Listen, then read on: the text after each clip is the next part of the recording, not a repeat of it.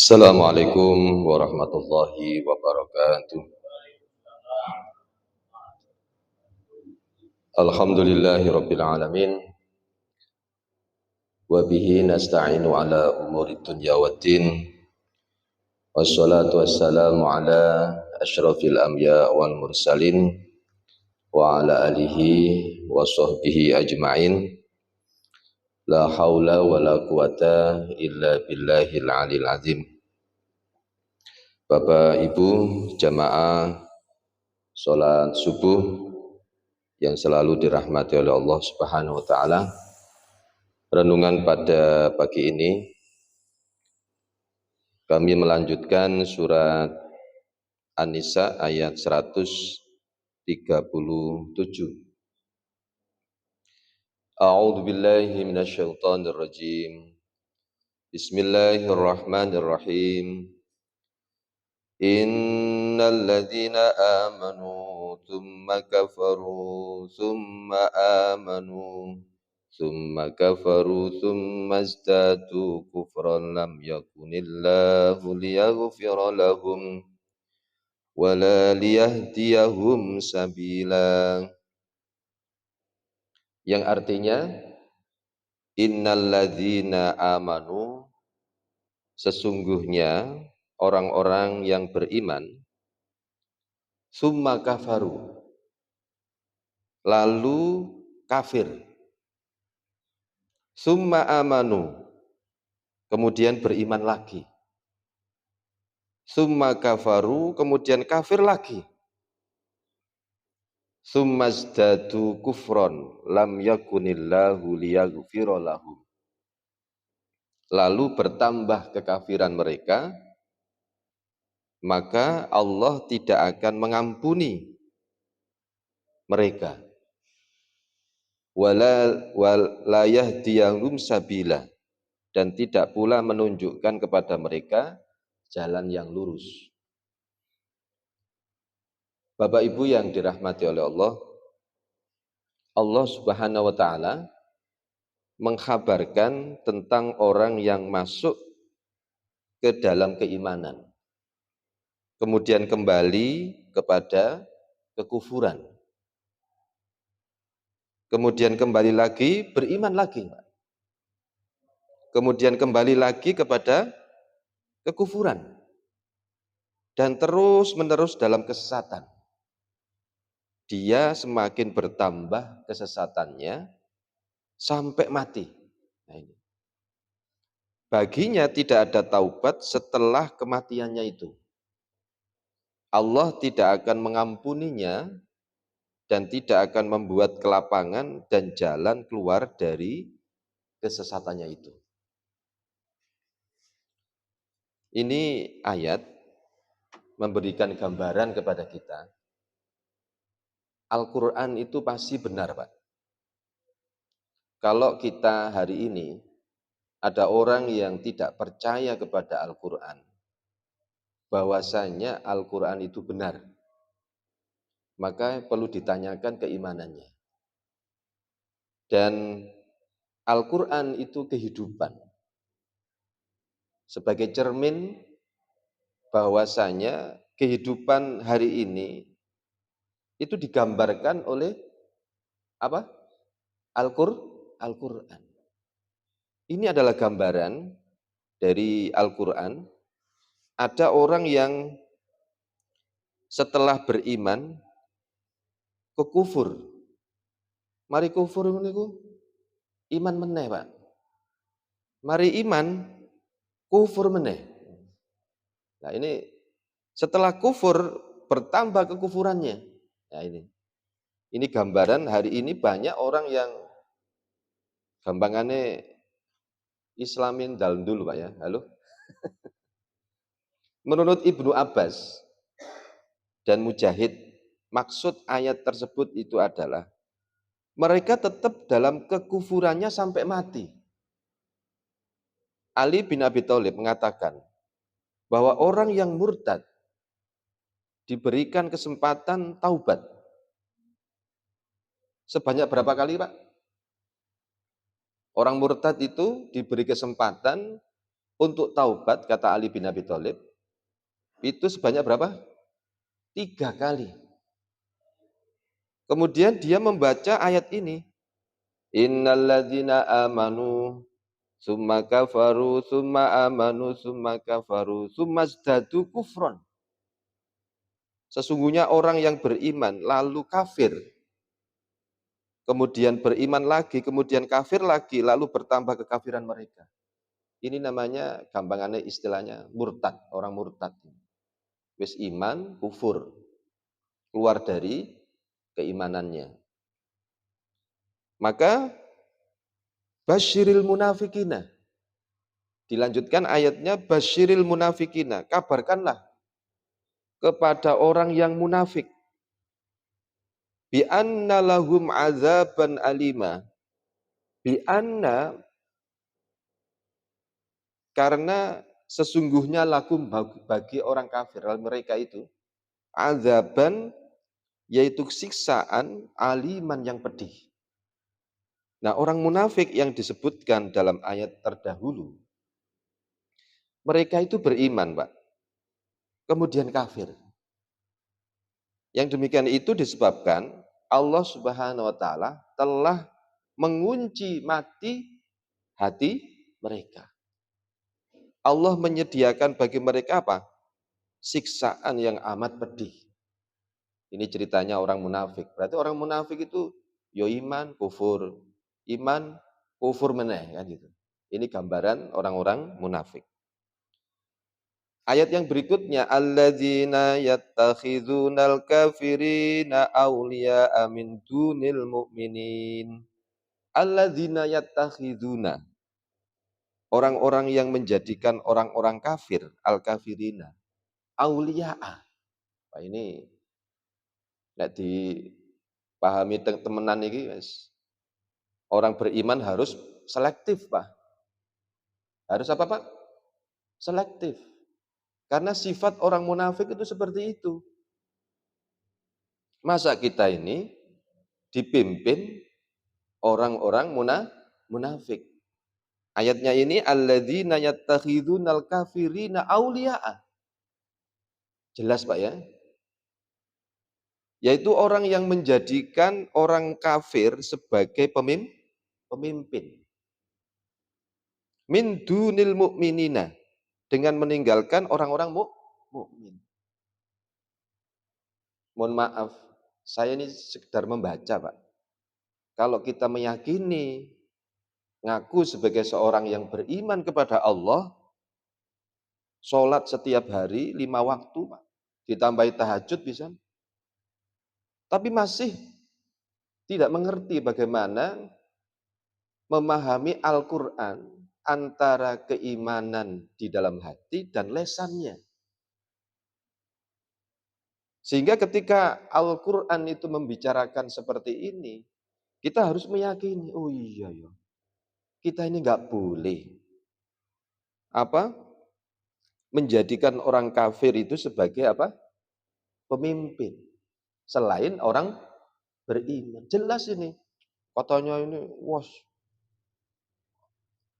pokoknya. Nah, orang-orang munafik dan orang-orang kafir itu pada hakikatnya saling tolong menolong, Pak. Saling mencintai. Orang munafik dengan orang kafir. Bekerja sama maksudnya. Ini gambaran Al-Quran loh, Pak. Allah Subhanahu wa taala memberikan gambaran loh. Jika orang-orang munafik itu kembali kepada orang-orang kafir, mereka berkata gini, Pak. Sesungguhnya kami ini bersama kalian. Kami ini hanyalah mengolok-olok orang-orang yang beriman. Kalau dalam kehidupan saat ini sampai hari kiamat, ada seperti itu. Kerjasama antara orang kafir dengan orang munafik. Dia itu mengolok-olok orang beriman. Dan ketika kami menampakkan keimanan kepada mereka, ini pengakuan orang munafik ini. Kemudian ayat yang berikutnya, ayabtaghuna indahumul izzah fa innal izzata lillahi jami'a. Ayabtaghuna, Apakah mereka mencari kekuatan di sisi orang kafir itu? Nah, pertanyaan lagi, Pak. Ini untuk orang-orang yang beriman. Allah bertanya kepada kita. Ayabtaghuna indahumul izzata? Apakah mereka mencari kekuatan di sisi orang-orang kafir itu? Maksud kita ini mencari kekuatan kepada orang kafir? Loh, ini pertanyaan ini supaya kita berpikir. Fa innal izzata, dijelaskan oleh Allah, maka sesungguhnya kekuatan itu lillahi jami'ah. Coba ingat, sesungguhnya kekuatan itu hanya milik Allah. Ini adalah pengingkaran dari Allah kepada orang munafik karena telah menjadikan orang kafir itu sebagai apa? Penolong. Kenapa mereka itu berbuat demikian? Gitu loh. Apakah mereka itu mencari kekuasaan? Duh, oh jelas Pak ya. Pertanyaannya dulu. Oh, orang munafik itu kepingin jadi berkuasa. Supaya dia itu berlindung kepada orang-orang kafir. Padahal sungguh orang-orang kafir itu tidak mempunyai kekuasaan. Dan tidak bisa memberikan kekuasaan kepada yang lainnya. Sesungguhnya kekuasaan itu semuanya milik Allah. Tidak ada sekutu baginya. Allah menjadikan kekuasaan bagi hambanya yang soleh saja. Dari kalangan para nabi dan para rasul. Serta para pengikutnya dari kalangan orang yang beriman dan jujur. Berarti Allah akan memberikan kekuasaan orang yang beriman dan jujur. Maksud ayat ini senada dengan firman Allah, "Man kana yuridul izzata walillahil izzatu jami'an." Man barang siapa, karena ada si man, yuridu mengendaki al izzata kemuliaan. Falillahil izzatu. Maka ketahuilah kemuliaan itu semuanya milik Allah semuanya jami'an. Kita harus yakin kemuliaan itu milik Allah. Walillahil izzatu wali rasulihi walil mu'minina walakinnal munafiqina la ya'lamun. Padahal walillahi, kekuatan itu hanyalah milik wali rasulih. Hanya milik Allah dan milik Rasul, walil mu'minina bagi orang mukmin. Jelas ini di dalam surat Al-Munafikun ayat 8. Kekuatan itu hanya bagi Allah, Rasulnya, dan orang-orang mukmin. Walakinnal munafikina, tetapi orang munafik itu layak lamuna, tidak mengetahui. Ini merupakan motivasi dari Allah bagi para hambanya agar mencari kekuatan itu dari Allah semata. Serta agar jujur dalam beribadah kepada Allah. Diingatkan, agar jujur beribadah kepada Allah bersama dengan hamba-hamba Allah yang soleh. Itulah sebenarnya kekuatan pertolongan dalam kehidupan di dunia dan pada hari ketika para saksi bersaksi. Dari Abu Hurairah, Pak, Rasulullah pernah bersabda, barang siapa yang bernasab kepada 9 ayah yang kafir, yang dengan mereka itu dia menginginkan kekuatan dan kebanggaan, maka dia menjadi orang ke-10 bersama mereka di dalam neraka. Ini hadis riwayat Ahmad, hadisnya sahih. Kemudian waqad nazzala alaikum fil kitabi anna idza sami'tum ayatillahi yakfuru biha wa yustahza'u biha fala taq'udu ma'ahum hatta yakhudu fi haditsin ghairih innakum idzam mithlukum. Waqad nazzala alaikum fil kitab. Sungguh Allah telah menurunkan ketentuan bagimu di dalam kitab, yaitu Al-Quran. Anna idza sami'tum ayatillah, bahwa apa yang kamu mendengar ayat-ayat Allah, loh mereka itu yukfaru, Pak. Mengingkari. Diingkari, Pak. Ayat-ayat Allah itu loh. Mereka dengar ayat-ayat Allah, tapi diingkari. Coba Bapak Ibu renungkan, apakah kita termasuk ketika ayat dibaca, kemudian kita mengingkari? Jangan sampai perasaan kita ketika ayat dibaca, langsung diingkari. Ada enggak orang itu ayat dibaca, dia langsung mengingkari? Satu contoh, ketika ada orang yang membacakan ayat, terus komentarnya gini, Pak, oh nyindir aku iki, oh nyindir aku iki. Halo? Nah, ini kan salah satunya, nyindir aku itu. Lah ini perasaan yang mengingkari dalam hati kita. Kita gak sadar kadang. Padahal Al-Quran yang kita dengar itu benar, Pak. Kita yakini, udah. Nah, ini salah satunya di dalam surat An-Nisa, ya. Idza sami'tum ayatillahi yukfaru. Wah, coba. Bahwa apa yang kamu mendengarkan ayat-ayat Allah diingkari, bukan diingkari saja, Pak. Ditambahi apa lagi, Pak? Wa yustahza'u biha. Al-Quran itu loh, diolok-olok. Apa itu? Kitab itu bener ta iku? Ngono, Pak. Karena perasaannya hatinya nggak cocok. Satu mengingkari, yang kedua mengapa?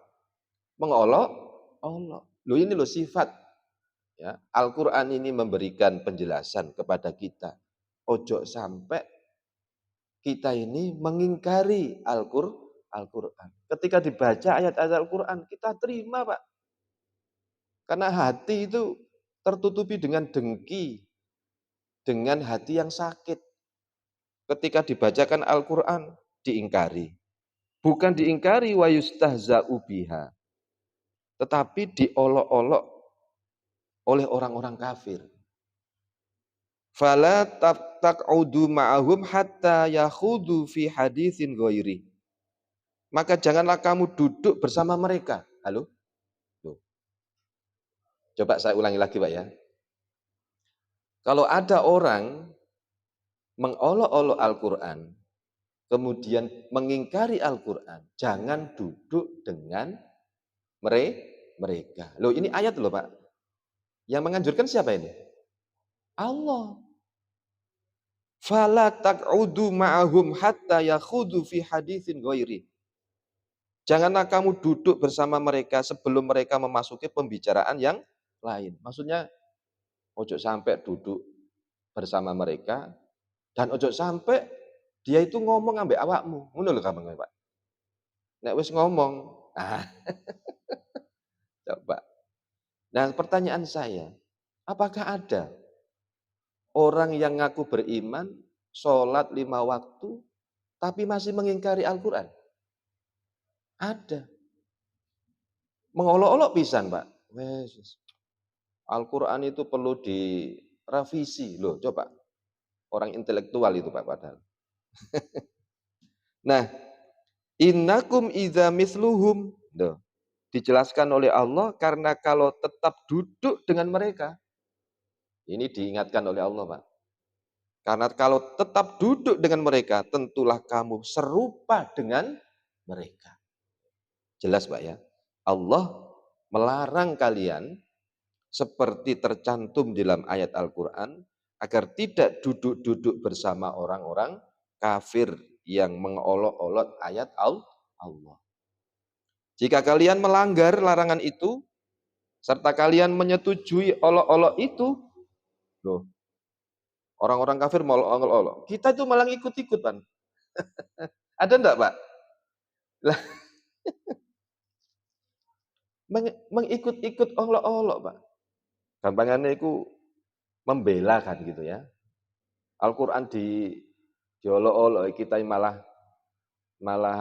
ikut-ikutan. Maka sungguh kalian telah ikut serta dengan mereka di dalamnya. Dari Jabir bin Abdullah, Rasulullah itu pernah bersabda, barang siapa yang beriman kepada Allah dan hari akhir, maka janganlah dia duduk dalam suatu jamuan yang di dalamnya terdapat khomer. Saya bacakan hadisnya. Man kana yu'minu billahi wal yaumil akhir fala yajlis ala ma'idatin yudaru 'alaiha bil khamr. Ono kumpul gitu Pak ya. Lho ono khamr nang kono. Jangan duduk-duduk kalau di situ ada khamernya. Jenengan apa? Bersikap untuk menghindar. Walah, kumpul-kumpul ono khamere iki. Waduh, moh wis. Nah, ini wa idza ra'aital ladzina yakhuduna fi ayatina fa'arid anhum hatta yakhudu fi haditsin ghairi. Apakah engkau Muhammad melihat orang-orang mengolok-olok ayat-ayat kami? Oh, ini ayat surat Al-An'am ayat 68. Allah ini bertanya kepada Nabi. Apabila engkau Muhammad, ini di KI pejangan sampai Allah ini, Nabi ini.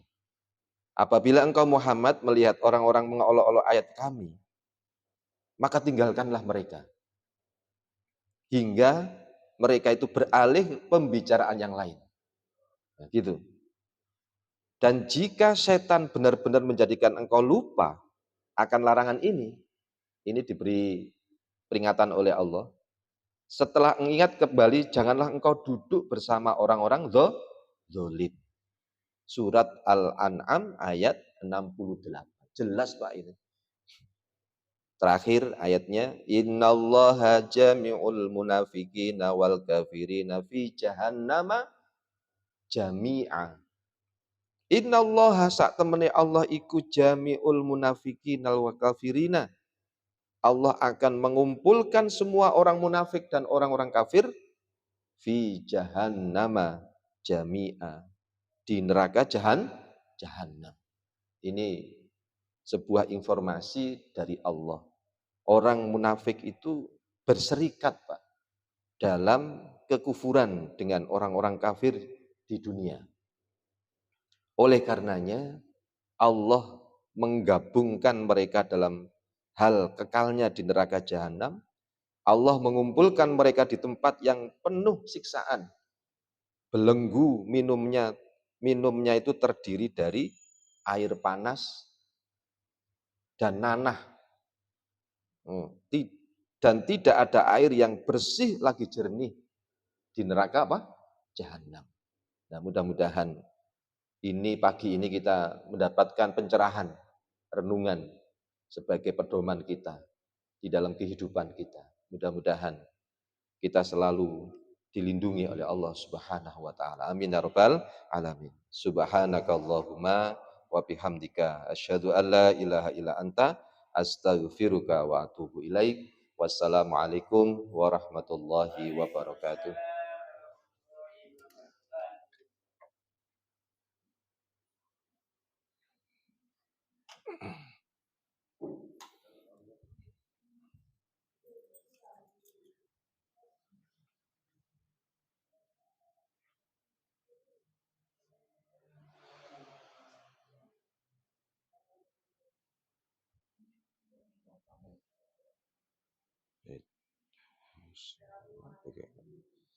Buka kamera.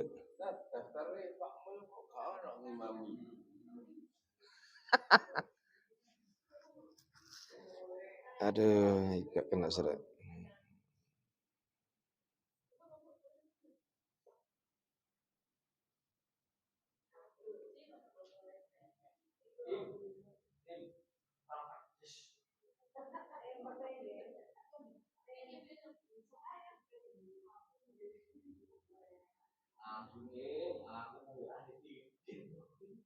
Gawe dhewe ta, Pak?